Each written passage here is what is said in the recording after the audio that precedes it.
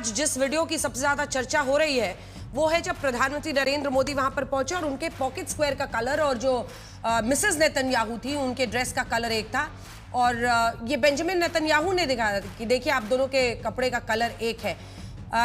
यहीं से अजय आलोक जी मैं पहला सवाल करना चाहती हूं कि क्या ये एक संदेश है, क्या ये उन इस्लामिक कंट्रीज के खिलाफ एक संदेश है जो कि इस रंग के जरिए दिया जा रहा है, एक जिस पर नेतन्याहू अटैक कर रहा है, एक जिससे हम जंग लड़ रहे हैं अपने सरहद पर, और दूसरा ईरान, इन तमाम देशों के खिलाफ एक संदेश है। क्या है ये, क्या क्या समझे इसको, कैसे देखें? और विपक्ष पूछ रहा है कि फिलिस्तीन के बारे में बोलेंगे नेतन्याहू से प्रधानमंत्री। सबसे पहली बात अंजना जी, प्रधानमंत्री मोदी जी अपने प्रधानमंत्रित्व काल में दूसरी बार इजरायल गए, जोरदार शानदार स्वागत किया गया, खुद राष्ट्रपति नेतन्याहू उनको लेने आए, उनकी पत्नी सारा नेतन्याहू भगवा जो हमारे झंडे का भी रंग है वो पहन के आई। एक सिंबॉलिक दृष्टि से ये दर्शाता है कि भारत और इजरायल के संबंध प्रगाढ़ और प्रगाढ़तम होते जा रहे हैं। इधर संबंध प्रगाढ़ हो रहे हैं, जनता खुश है, लेकिन कुछ लोग हमारे यहाँ तेल की तरह उबल रहे हैं। तो तेल की तरह उबल रहे हैं तो क्या करें? तो चलिए इनका पूरी छानते हैं इन्हीं के तेल में।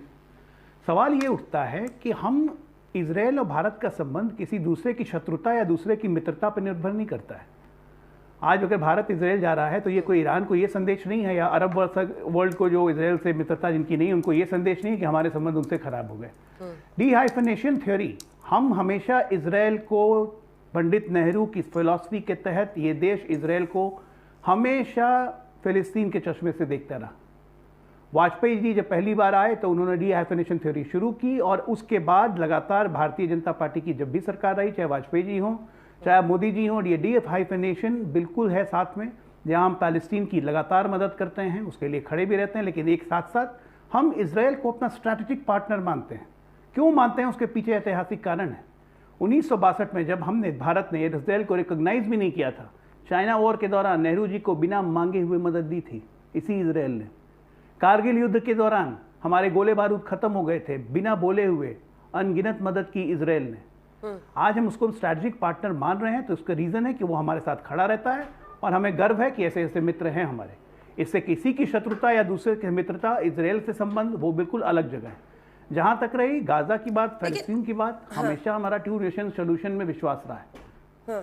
लेकिन अजय आलोक जी, एक सेकंड आपको बीच में टोक रही हूँ। हाल ही में हमने 100 उन देशों के साथ हस्ताक्षर किए थे बाकायदा स्टेटमेंट में, जिसमें हम इजराइल की वेस्ट बैंक को लेकर जो नीति है उसकी आलोचना कर रहे थे, उसको गलत ठहरा रहे थे। अब ये बैलेंसिंग एक्ट कई लोग समझ नहीं पाएंगे, जो विलेन के तौर पर इजराइल को देखते हैं, फिलिस्तीन का विलेन। देखिए, सबसे पहली बात, हम लोग उस टॉक के नेगोशिएशन, हाँ बिल्कुल, हम लोग उस नेगोशिएशन के भी हिस्सा थे जिसको ट्रंप ने शुरू किया था, जिसमें build Gaza, peace for Gaza, और अभी हम निर्णय ले रहे हैं कि हम उस गाजा बोर्ड ट्रस्ट में शामिल होंगे कि नहीं। और निश्चित तौर पे शांति के हर प्रयास को भारत ने हमेशा समर्थन किया और हमेशा समर्थन करता रहेगा। सवाल यहाँ पे ये है कि भाई इजरायल, मोदी जी जा रहे हैं, पेट में दर्द कांग्रेसियों को क्यों हो रहा है? जा रहे हैं हम इजरायल, रहेंगे तेल अवीव, बात कर रहे हैं गाजा की। जब बांग्लादेश में हिंदू मर रहे थे तो बैग उठा के पहुंच गई थी गाजा के लिए।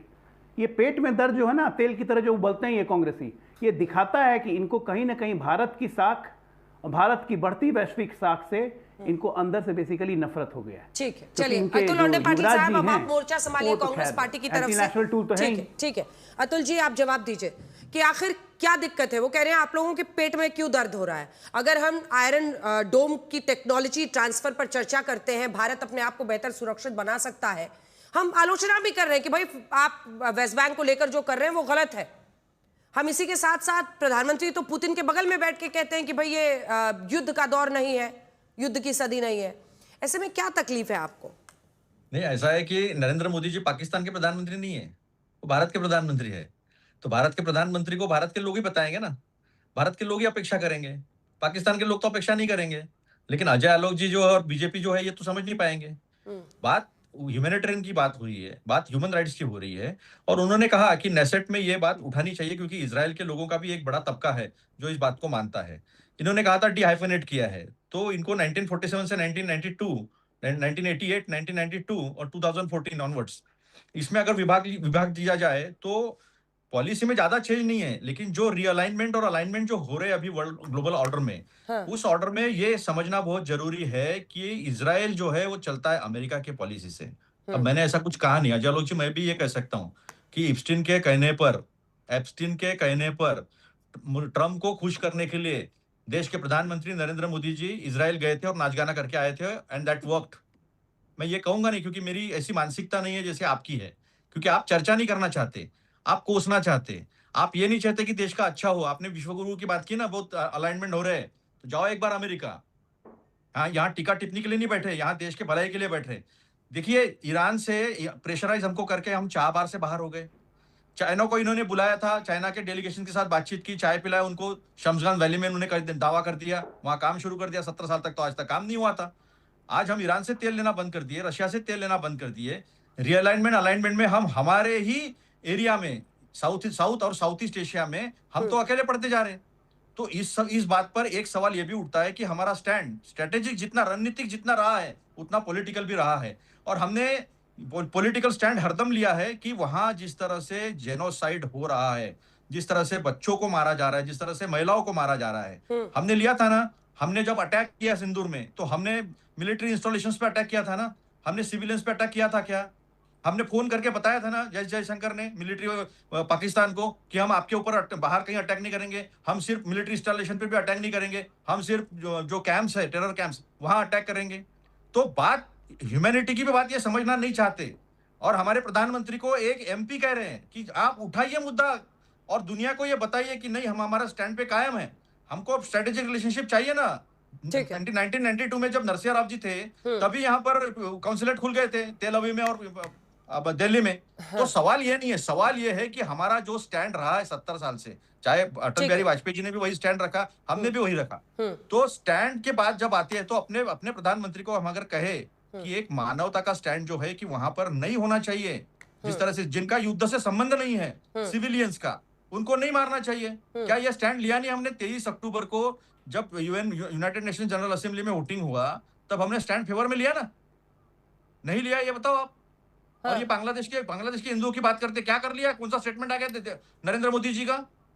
हमारे यहाँ से तो स्टेटमेंट आ गए पहले, उनकी रक्षा की बात करो। अरे तो यही तो अजय आलोक भी कह रहे हैं कि भाई हम दोनों बातों को अलग अलग तरीके से, एक देश के तौर पर हमको क्या फायदा हो सकता है इजराइल से, वो करने के लिए आगे बढ़ रहे हैं। जनरल सेना, मैं लौट रही हूं अतुल जी आपके पास। जनरल सेना, क्या भारत का स्टैंड सही है? मैं सीधा सवाल आपसे पूछती हूँ, क्या भारत का स्टैंड सही है? ये सच है कि ईरान में चाबार पोर्ट जो है वो भारत के लिए स्ट्रेटेजिकली जबरदस्त एक एसेट है, लेकिन वहां पर काम कई दिनों से अब रुका हुआ है। दूसरी तरफ इजराइल के साथ ये रिश्ता ऐसे वक्त पर जब ईरान और अमेरिका की एक युद्ध की नौबत आई हुई है, इन सब के एंगल से आप कैसे देखेंगे इसको, इस दौरे को? जय हिंद अंजना जी।